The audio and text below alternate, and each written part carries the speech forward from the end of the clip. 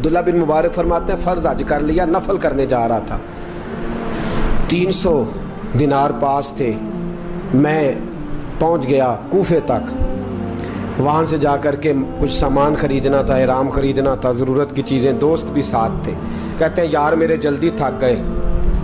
خریداری کر کے وہ چلے گئے، میں شام تک رکا، بڑا تھک گیا تو سوچا اتنی لمبی چوڑی خریداری کی ہے تو جھیل تھی پاس، میں نے کہا وہاں جا کے ذرا ٹھنڈی ہوا لیتا ہوں، کہتے ہیں میں اس طرف گیا، رات کا اندھیرا تھا، مری ہوئی بھینس پڑی تھی، یہ کچھ 700-800 سال پہلے کی بات عرض کر رہا ہوں، کہتے ہیں مری ہوئی بھینس پڑی تھی، ایک عورت کالے برقعے میں نقاب پوش آئی اور اس بی بی نے مری ہوئی بھینس کا خنجر سے گوشت کاٹا، تھیلے میں ڈالا اور دوڑی، کہتے ہیں میرے ذہن کے اندر خیال آیا کہ بی بی کوئی ہوٹل چلاتی ہے اور مردہ جانور کا گوشت لوگوں کو کھلاتی ہے، ویسے تو جاسوسی منع ہے، اس نیت سے کہ مسلمانوں کو بچاؤں اس کے پیچھے ہو لیا۔ کہتے ہیں وہ گلیاں گزرتی گزرتی کوفے کی تنگ گلی میں گئی، ایک بڑا سا دروازہ لکڑی کا، بڑا پھاٹک جو پرانے شہروں میں ہوتے، کہتے ہیں اس بڑے پھاٹک پر اس نے زور زور سے دستک دی، دونوں ہاتھوں سے دروازہ کھلا، وہ عورت اندر داخل ہوئی تو 3-4 بچیاں جھٹ سے اس کے گرد اکٹھی ہو گئیں، اماں کچھ لائی ہو؟ تو رونے لگی، کہنے لگی میں کچھ نہیں لا سکی، کہنے لگی یہ مردہ جانور کا گوشت ہے، اور حضور نے فرمایا جب مرنے لگو تو مردار کھا کے بھی جان بچا لو، اب میں دیکھتی ہوں تم سے کھڑا نہیں ہوا جاتا، نہ کھاؤ گی تو گر پڑو گی، یہ مردہ ہی ہے پکا لو۔ کہتے ہیں اگلے لفظ اس عورت نے کہے تو میں باہر کھڑا چیخنے لگا، وہ کہنے لگی ہم سید زادیاں ہیں، صدقہ زکوٰۃ کھا نہیں سکتی، پر سب روگاں دا روگ محمد، جس دا نام غریبی، کنڈ ولا کے لنگ جاندے سب دوست یار قریبی،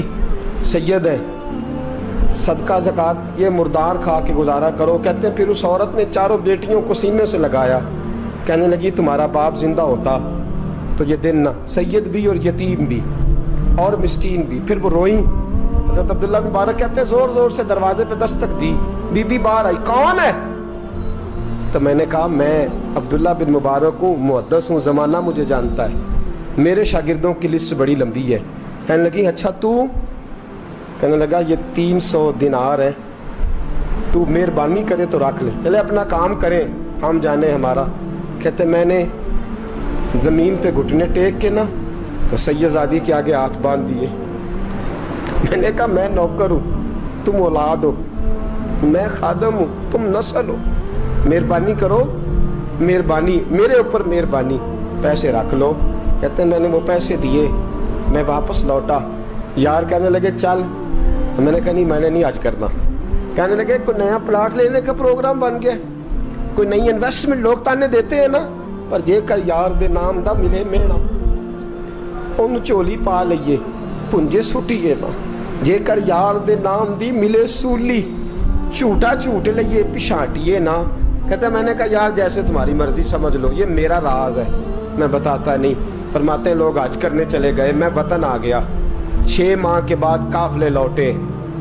جاگ کے سننا ذرا بات، میرے نبی نے فرمایا تو میرے امتی کی پریشانی دور کر، اللہ کامل حج کا ثواب دے گا۔ فرمایا میرے حبیب علیہ السلام کی امتی حضرت عبداللہ بن مبارک فرماتے میں آیا حج کر کے، حاجی آئے تو میں بڑی حسرت کے ساتھ، میں گھر میں روتا تھا، سوچتا تھا آج وہ مینا میں ہوں گے، آج وہ مزدلفہ عرفات میں ہوں گے، آج وہ لوگ جمرات کی رمی کر رہے ہوں گے، میں تڑپ کے سوچتا تھا آج در رسول کی حاضری دے رہے ہوں گے۔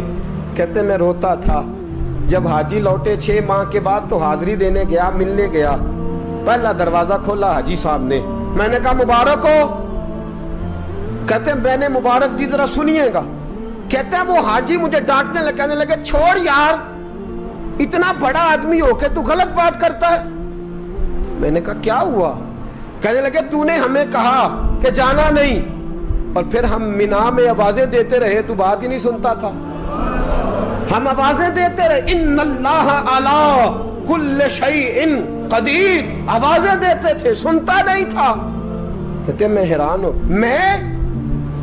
یار میں تو گیا نہیں۔ کہنے لگے ہم 11 حاجی جھوٹ بولتے ہیں تو اکیلا سچ بولتا ہے، سب نے دیکھا ہے۔ کہتے میں پلٹ آیا،